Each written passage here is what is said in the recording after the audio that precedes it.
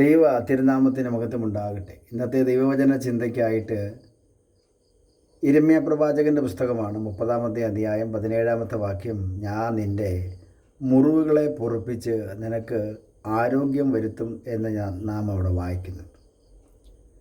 നമുക്കുണ്ടായ മുറിവുകൾ, ശരീരത്തുണ്ടായ മുറിവുകൾക്ക് മരുന്ന് വെച്ച് കെട്ടിയാൽ മാറും. എന്നാൽ ഹൃദയത്തിനുണ്ടായ മുറിവുകൾ എങ്ങനെ മാറുമല്ലേ? ഹൃദയത്തിന് മുറിവേൽപ്പിച്ചവരുണ്ട്. അത് ആരൊക്കെയാണെന്നുള്ള കാര്യം മുറിവ് ഏറ്റവർക്കറിയാം, മുറിവ് ആരൊക്കെ ഏൽപ്പിച്ചിട്ടുണ്ടോ എന്നുള്ളതല്ലേ. നമ്മുടെ കയ്യിൽ നിന്ന് ഒരുപാട് സഹായങ്ങൾ കൈപ്പറ്റിയവരും ഒരുപാട് കരുതലുകളും നന്മകളും ഒക്കെ അനുഭവിച്ചവരൊക്കെ നമ്മളെ മുറിപ്പെടുത്തിയുന്ന ഒരു കാലഘട്ടം ഉണ്ടായിരുന്നു. നീ എന്തോ ചെയ്തു, നീ എന്തോ സമ്പാദിച്ചു, നീ എന്ത് ഞങ്ങൾക്ക് വേണ്ടി ഒരുക്കി വെച്ചു എന്നൊക്കെ ചോദിച്ചല്ലേ. അങ്ങനെ എന്തെല്ലാം കാര്യങ്ങൾ, ഞാൻ ചുരുക്കമായിട്ട് ചില കാര്യങ്ങളെ പറഞ്ഞുള്ളൂ.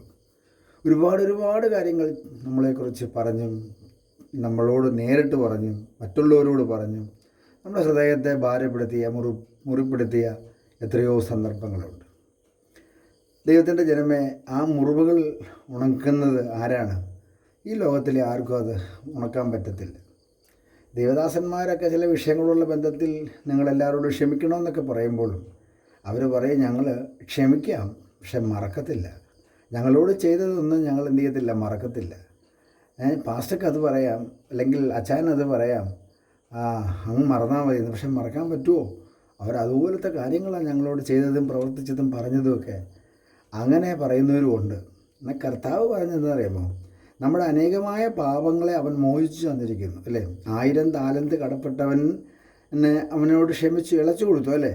പക്ഷെ അവൻ 100 താലന്തുള്ളവനെ കണ്ടപ്പോൾ കൊങ്ങയ്ക്ക് പിടിച്ചെന്നാ, കഴുത്തിന് പിടിച്ചു, അല്ലേ? അപ്പോൾ അത് പാടില്ല. നമ്മുടെ ജീവിതത്തിൽ മറക്കേണ്ടത് മറന്നേ പറ്റത്തുള്ളൂ. മറക്കണം. കർത്താവ് നമ്മുടെ പാപങ്ങളൊക്കെ മറന്നിട്ടില്ലേ, അല്ലേ? അനേകമായ നമ്മുടെ പാപങ്ങൾ, കർത്താവ് നമ്മുടെ അകൃത്യങ്ങളെയൊക്കെ ഓർമ്മ വെച്ചാൽ ആർക്കും നിൽക്കാൻ പറ്റും കർത്താവിൻ്റെ സന്നദ്ധിയിൽ.